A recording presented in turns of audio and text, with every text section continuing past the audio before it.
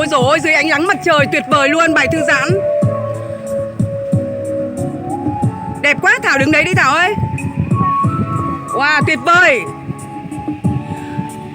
Thư giãn hít thở dưới ánh nắng mặt trời nhá. Kết thúc xong một bài tập aerobic rất là mạnh.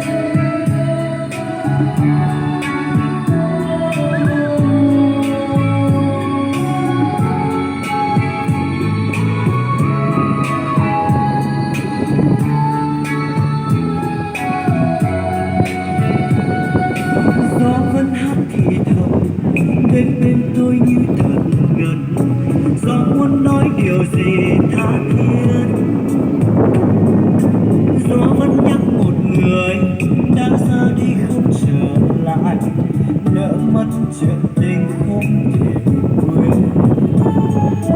Bước những chuỗi ngày dài ấp bao đêm huyền diệu, ánh mắt ấy giờ này xa lắm.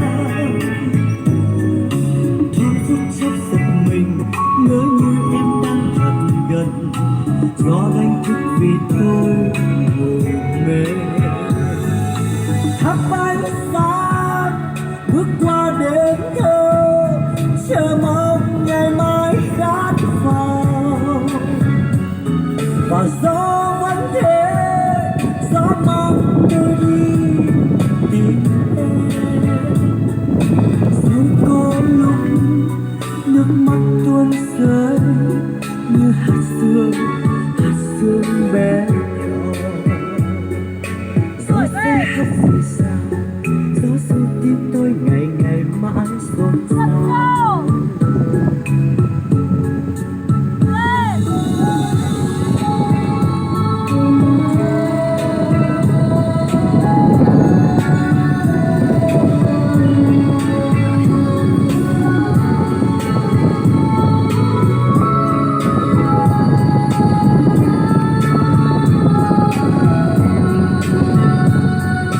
Gió vẫn hát thì thầm đến bên tôi như thật gần.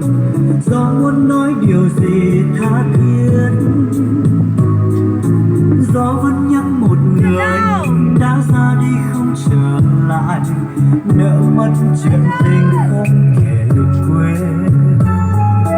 Bước những chuỗi ngày dài bao đêm huyền diệu, ánh mắt ấy giờ này xa lắm.